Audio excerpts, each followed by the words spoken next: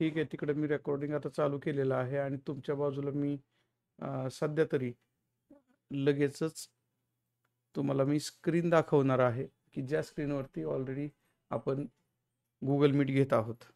ही Google meet जी आपली चालू आहे त्यामध्ये तुम्हाला मी आत्ता स्क्रीन जे दाखवणार आहे ते तुम्हाला सगळ्यांना दिसतंय का, असा लगेच पहिला प्रश्न असतो आपला. सर्वांना स्क्रीन दिसतंय का असा प्रश्न आहे. हो किंवा नाही, लगेच माईक चालू करून बोलायचं, फार वेळ घालवायचा नाही. हो ओके, दिसतोय हो सर. सर दिसतंय. ओके. स्क्रीनमध्ये आपण सध्या सुरुवातीला लिहिलेलं आहे NMMS इयत्ता 8वी साठीची परीक्षा 2025-26. यामध्ये हे 7वीचे प्रश्न आहेत. आणि आता तुमच्याकडे 7वीचं पुस्तक नसल्यामुळं आपण काय करणार आहोत, 8वीचे प्रश्न घेणार आहोत. एक दिवशी आपल्याकडे 7वीची पुस्तकं जेव्हा येतील, आपण ती घेऊन जेव्हा घरी जाऊ तेव्हा आपण 7वीतले सगळे प्रश्न पाहणार आहोत. इथं पहा, आपण 7वीतले पण प्रश्न कुठल्या प्रकरणामध्ये 6व्या मधला, 4था मधला, 6व्या मधला असे हे त्या वर्षी आलेले प्रश्न आपण सलगपणे घेतलेले आहेत.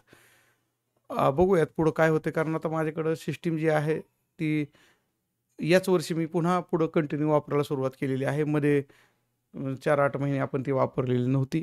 8वं प्रकरण आपण घेतो आहोत. सर्वांना त्या प्रकरणाचं नाव दिसतंय. इथं वरच्या बाजूला गुगल मीटमध्ये जॉईन होण्यासाठी संपर्क म्हणून माझा नंबर दिलेला आहे. ज्या विद्यार्थ्यांना गुगल मीटमध्ये अशा पद्धतीनं जॉईन व्हायचं आहे त्यांच्यासाठी हा नंबर आहे. ते या नंबरवरती नंतर कॉल करतील आणि योग्य पद्धतीनं गुगल मीटमध्ये जॉईन होतील. NMMSची परीक्षा डिसेंबर महिन्यामध्ये 2ऱ्या किंवा 3ऱ्या आठवड्यामध्ये असते. ती परीक्षा पूर्ण होईपर्यंत विद्यार्थी गुगल मीटमध्ये जॉईन होत राहतील. त्याबद्दलचे बाकीचे काही नियम अटी नंतर त्या विद्यार्थ्यांना सांगितल्या जातील. मात्र आपण बऱ्यापैकी गणित, विज्ञान आणि समाजशास्त्र, त्याचबरोबर मॅट, बौद्धिक क्षमता चाचणी, या सर्वच परीक्षांचे प्रश्न यापूर्वी झालेल्या 2017-18 पासून आणि मॅटचे प्रश्न 2018-19 पासूनचे आत्तापर्यंतच्या सगळ्या परीक्षांचे त्या प्रकरणानुसार वेगवेगळे केलेले आहेत. आणि आत्ता आपण पाहणार आहोत ते प्रकरण पहिलं, सजीव सृष्टी व सूक्ष्मजीवांचे वर्गीकरण, living world and classification of microbes. बऱ्यापैकी तुम्ही हे प्रकरण अभ्यासलेलं आहे आणि याच प्रकरणावर म्हणजे पहिल्या प्रकरणावर आलेला 2018-19चा पहिला प्रश्न तुमच्याकडे दिसतोय. तुम्ही वही पेन जर घेऊन बसलेला असाल तर विज्ञान विषयासाठी लगेच हे काही प्रश्न लिहू नका, कारण आपण हे प्रश्न विद्यार्थ्यांना नंतर PDF रूपामध्ये सुद्धा देणार आहोत. हा प्रश्न 24व्या क्रमांकावर आलेला होता. अर्थात मला इथं लिहायचे काहीतरी, मी त्यासाठी पुन्हा इकडून पेन घेणार आहे. जसं आपण शाळेमध्ये एक स्क्रीन घेतलेलं होतं, त्या स्क्रीनवरती आपण लिहित होतो, तसं इथं सुद्धा आपल्याकडे लिहिण्याची सिस्टीम आहे. गटात न बसणारा शब्द ओळखा असं म्हणलेलं आहे. आणि गटात न बसणारा शब्द गोलाकार, दंडाकार, तडफदार आणि सर्पिलाकार.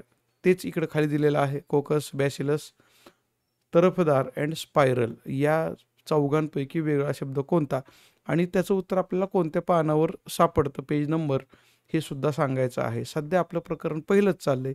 पहिल्या प्रकरणामधले आपण सगळे प्रश्न पाहणार आहोत आणि त्यासारखे आणखी कोणते प्रश्न परीक्षेमध्ये येऊ शकतात हे जर आपण पाहिलं तर आपल्याला नक्कीच त्याच्याबद्दल फायदा होऊ शकतो. चला बोला लवकर, उत्तरं तुम्ही सांगायची आहेत. जर तुम्हाला नाहीच आली तर मी उत्तरं सांगणार आहे असंही मी म्हणलेलं आहे.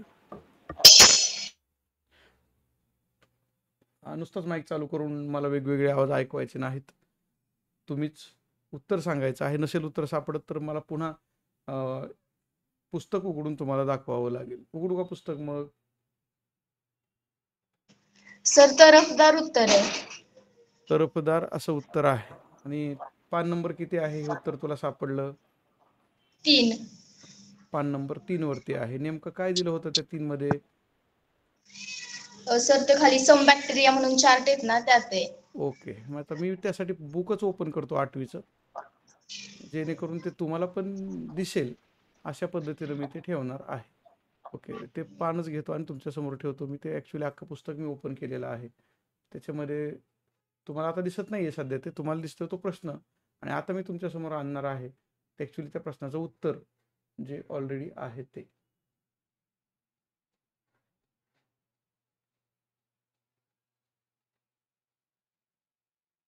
ओके, मी आलो तिथं. मी आणलेलं आहे पुस्तक. दिसतंय का रे पुस्तक आता सगळ्यांना समोर? स्क्रीनवर पुस्तक दिसतंय का? त्या माझ्या शेअर हो केलेल्या विंडोमध्ये दिसतंय पुस्तक. इथं लिहिलेले बघा शब्द: गोलाणू, दंडगोलाणू, दंडाणू, स्वल्पविराम आणि सर्पिलाकार. या जीवाणूंच्या आकारामध्ये तरफदार असा आकार कुठेही दिलेला नाही आणि म्हणून ते आहे उत्तर कशाचं? आपल्या या प्रश्नाचं. Find odd word from the given group. गटात न बसणारा शब्द ओळखा.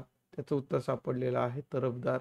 उत्तर नंबर 2. म्हणजे तुम्हाला जो 2 नंबरचा गोल दिलेला असेल त्या गोलाला तुम्हाला काय करायचं आहे?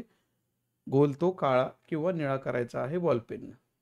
म्हणजे अशा पद्धतीनं आपल्याला प्रश्न पुस्तकामध्येच त्याची उत्तरं शोधायची आहेत. प्रश्न अशा पद्धतीनं पाहिल्याचा फायदा काय होईल की आपल्याला कशा प्रकारचे प्रश्न येतात ते समजेल. चला, दुसरा प्रश्न स्क्रीनवरती आलेला आहे. त्याच वर्षी, इथं वर्ष लिहिलंय पहा वरती, 2018-19 म्हणजे अभ्यासक्रम बदलल्यानंतर झालेली ही पहिली परीक्षा NMMSची. त्यावेळेला आलेला हा प्रश्न 25व्या क्रमांकावरती आलेला होता. गटात न बसणारा शब्द ओळखा. पुन्हा एकदा पर्याय दिलेले आहेत: आदिजीव, जीवाणू, कवके आणि शैवाले. बघूयात तुमचं नेमकं डोकं काय चालतंय. बोला. अर्थात तुम्हाला त्यासाठी पुस्तकाची पानं पुढं मागं थोडी पलटावी लागतील. प्रोटोझोआ, बॅक्टेरिया, फंगी आणि अल्गी असे आपले 4 सर पर्याय आहेत. हां, सर प्रोटोजोआ. उमेचं म्हणणं आहे प्रोटोझोआ आदिजीव, परंतु अशा पद्धतीमध्ये गटात न बसणारा शब्द सांगताना त्याचं कारण सुद्धा आपण सांगणं गरजेचं आहे. सर क्लासिफिकेशन ऑफ मायक्रोब्स आहे ना 3ऱ्या पेजवरतीच. हां तिथे एक चार्ट आहे, त्याच्यात ना बॅक्टेरिया, प्रोटेस्टा, फंगी आणि अल्गी आहे. हे नाही आहेत, म्हणजे हे 3 ऑप्शन आहेत ना हां ते त्या चार्ट मध्ये आहेत, पण प्रोटोजोआ नाही आहे त्या चार्ट मध्ये. ठीक आहे. पुस्तक पुढं आणलेलं आहे. इथं पाहताय का तुम्ही? इथं पाहताय का? मग आदिजीव, कवके, शैवाले आणि हा सर. जीवाणू. इकडे जीवाणू दिलेले आहेत. हेच चार्ट ना आपण पाहतोय तो. पुन्हा एकदा सगळी नावं सांग एकदा. ही बॅक्टेरिया, हा ते प्रोटोझोआ, फंगी, अल्गी. हा बरोबर की? ठीक आहे. विद्यार्थ्यांना ॲडमिट करून घ्यावं लागतं. अधूनमधून ते येतात स्क्रीनवरती. तुम्हाला दिसत नाही, ते माझ्याकडे दिसतात. मला 2 स्क्रीन पाहाव्या लागतात कारण विद्यार्थी काही वेळेवर जॉईन होत नाहीत. पुढच्या वेळेपासून मात्र आपण त्यांना स्पष्टपणे सांगणार आहोत की वेळेला जॉईन व्हा. उशिरा जॉईन झाल्यास जॉईन होता येत नाही. आता जॉईन असलेली मुलं 1 2 3 4 5 6 7 8 9 10. छान. 40 पैकी 10 म्हणजे तरी सुद्धा माझ्या समाधानाची संख्या आहे. अजूनही विद्यार्थी जॉईन होत आहेत. आता उशिरा काहींना मेसेज वाचलेला असतो, त्यामुळे सापडलं का रे तुम्हाला? आदिकेंद्रकी आणि दृश्य केंद्रकी यामध्ये हे वर्गीकरण दिलेलं आहे आणि याच्यामध्ये बॅक्टेरिया वेगळा दिलेला आहे कारण बॅक्टेरियामध्ये ते जे न्यूक्लियस आपण ज्याला म्हणतो, केंद्रक म्हणतो, ते नाही आणि इकडच्या सगळ्यांमध्ये मात्र ते आहे. म्हणून म्हणजे कारणासहित आपल्याला चर्चा झाली पाहिजे की नेमका तो का वेगळा आहे. बघितलं सगळ्यांनी? पुस्तकात पण तुम्ही पाहताय. मी तुम्हाला मराठीचं पुस्तक मुद्दाम दाखवतोय कारण प्रश्न मराठीमध्ये पण आहे आणि इंग्रजीमध्ये पण आहे. तिथं तुम्हाला बॅक्टेरिया हा वेगळ्या गटामध्ये दिलेला दिसतोय. उशिरा जॉईन झालेल्या विद्यार्थ्यांसाठी सूचना: पुस्तक उघडा. पुस्तकामध्ये आम्ही आतापर्यंत 2 प्रश्न पाहिलेले आहेत. एक प्रश्न हा झालेला होता जीवाणूंच्या वेगवेगळ्या आकारानुसार आलेला प्रश्न 2018-19चा आणि त्यानंतर 25व्या क्रमांकावर तो आलेला प्रश्न आदिजीव, कवके, जीवाणू आणि शैवाल या प्रश्नासाठीचं जे उत्तर आहे ते आम्हाला बॅक्टेरिया असं सापडलेलं आहे. म्हणजे एकाच पानावर बघा, आता तुम्ही एकाच पानावर अगदी जवळजवळच्या माहितीमध्ये आपल्याला 2 प्रश्न सापडलेले आहेत. म्हणजे पुस्तक किती बारकाईने वाचावं लागणार आहे, किती बारकाईने त्याचा अभ्यास करायचा आहे हे तुमच्या लक्षात आलं असेल. 2018-19 मध्ये तिसरा आणखी एक प्रश्न विचारलेला आहे, प्रश्न क्रमांक 30 म्हणून: size of prokaryotic cell is dash dash. आदिकेंद्रकी पेशींचा आकार टिंबटिंब असतो. शोधा. इथंही तुम्हाला ते सापडेल.